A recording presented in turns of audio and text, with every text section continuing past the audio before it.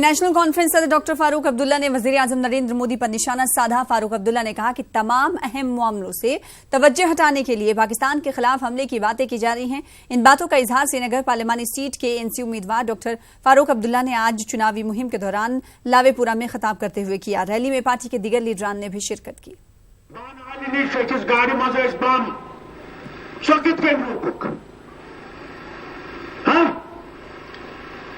ये गाड़ी पकान ये बम आई कपर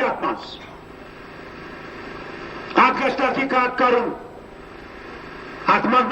मुलवस तबत कर तुम बेचार गरीब सिपा शहीद गरीब सिर्फ इलेक्शन जीतने खतर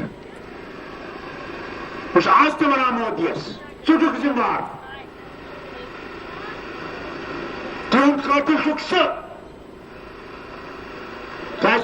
फेल गोमुत हिंदुस्तान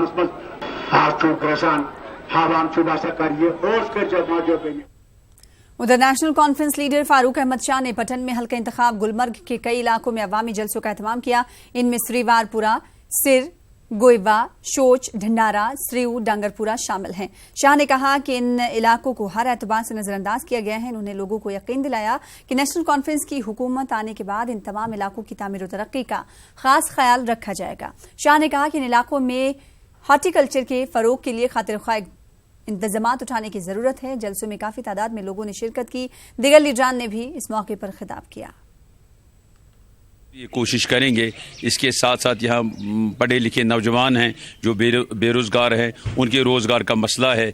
यहाँ पर जो है लड़कियों के लिए नर्सिंग स्कूल्स की ज़रूरत है और इस एरिया में काफ़ी सड़कों की खासकर सड़कें काफ़ी खस्ता हालत में हैं। बिजली के पोल नहीं हैं, बिजली की हालत भी ख़राब है और इंशाल्लाह जम्मू कश्मीर नेशनल कॉन्फ्रेंस की हुकूमत बनेगी, ज़रूर इन मसाइल को जो है हल किया जाएगा। तो नेशनल कॉन्फ्रेंस के अनंतनाग पार्लिमानी नशिस्त के लिए नामजद उम्मीदवार रिटायर्ड जस्टिस हसनैन मसूदी ने कहा कि दफा 370 और 35A के खात्मे के लिए साजिशें की जा रही हैं। उन्होंने कहा कि सुप्रीम कोर्ट में यह मामला जेर समात होने के बावजूद इसको खत्म करने की कोशिश की जा रही है। अनंतनाग के हापतनाड़ पहलगाम में पार्टी कारकुनों के एक इजलास से खिताब के बाद जस्टिस मसूदी ने इन बातों का इजहार किया। उनके हमरा एनसी के जिला सदर अनंतनाग व साबिक MLA पहलगाम अल्ताफ कुल्लू और दिगर लीडरान भी मौजूद थे।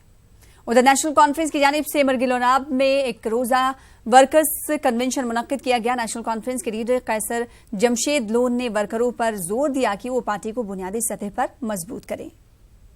वहीं PDP ने हमेशा कश्मीरी अवाम का इस्तेहसाल किया है और लोगों को गुमराह करने की कोशिशें की हैं। इन बातों का इजहार नेशनल कॉन्फ्रेंस के सीनियर लीडर चौधरी मोहम्मद रमजान ने मागाम, हंदवाड़ा और दिगर इलाकों में वर्करों से खिताब करते हुए किया। दर्जनों वर्करों ने नेशनल कॉन्फ्रेंस में इस मौके पर शमूलियत इख्तियार की।